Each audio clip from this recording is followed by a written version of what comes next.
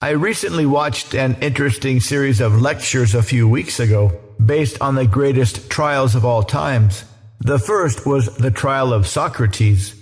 The last was the famous O.J. Simpson trial. In between were some famous ones like the Scopes Monkey trial.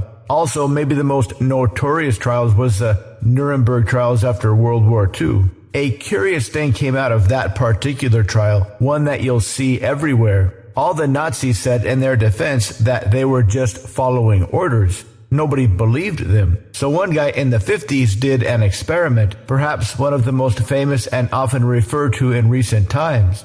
The Milgram Experiment. They wanted to see just how many people would harm another person, clearly causing them pain, only because an authority told them to. It was set up as a fake memory test. Authority, teacher, learner. The teacher was the mark, the one that believed it really was a memory test.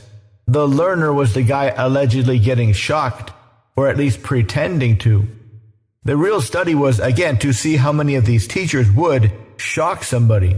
Before the study, they guessed maybe 2 to 3%. But it turns out that 2/3 of people will give a shock to a guy begging them not to, only because the authority says it's okay. This test has been repeated several times and it gets the same answer every time. It turns out that we humans will do pretty much whatever we're told. This is as adults. How about when we are kids? This is even more pronounced. And what is the common message given to kids by adults? Not directly, but unconsciously. That expressing yourself is wrong, dangerous. How many times does a normal kid express their happiness, desire, excitement, etc., only to be told to shut up by an adult? What does this do? It creates a cause-effect link in our brains. Expressing ourselves is dangerous.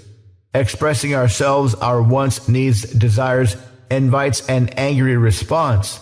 This lives beneath our conscious awareness. This presents itself as a kind of low-level anxiety, generally referred to as social anxiety. Unless you get rid of this, it will keep you trapped. Luckily, it's not that difficult. Boring, yes. Tedious, yes. And it might take a while. But imagine a life without this nagging remnant of times gone by. Imagine how you could express yourself. Imagine all the fun you could have experimenting with how playfully you could express yourself. That's what lies on the other side. To learn more, visit mindpersuasion.com/live-training.